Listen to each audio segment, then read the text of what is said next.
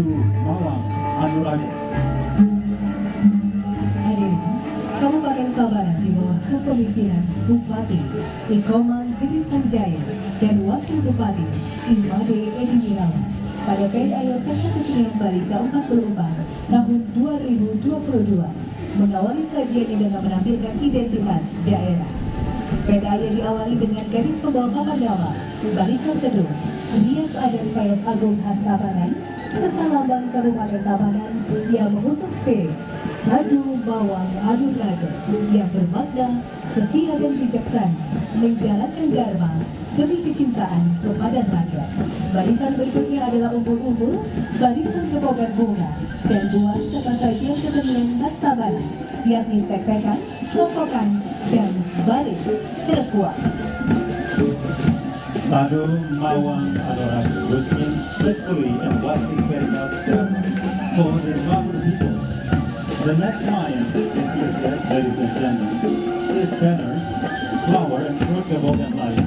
This was a Tabanan art performance, namely Tekan, Mokokan, and Baris Sadua.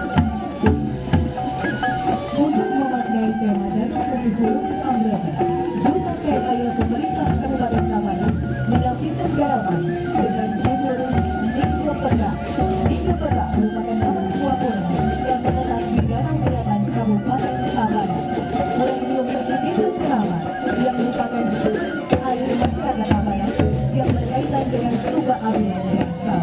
Di pulau inilah drama sebuah pemohon dan kesuburan kehadapan terbengkalai hulu dan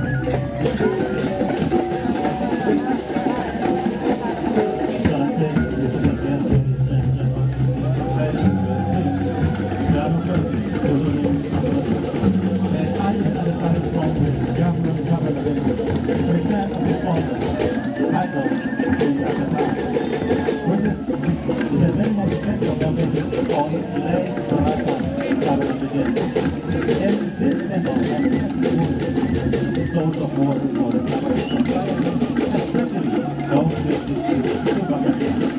with rice. At the same time, member of the after the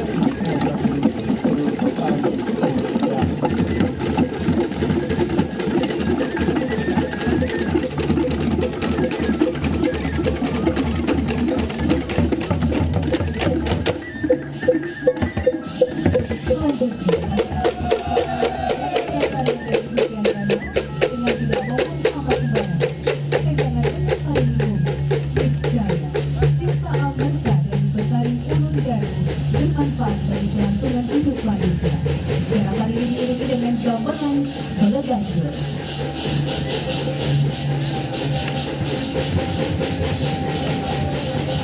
The message of the performance is just ladies and gentlemen, to be conveyed through this performance is that as a member of the society, we should maintain the sustainability and sanctity to the lake by not altering and not polluting their environment. The Kita must perform the Sari Ujana is beneficial for human survival. This performance is accompanied by Balaganjur Gamelan.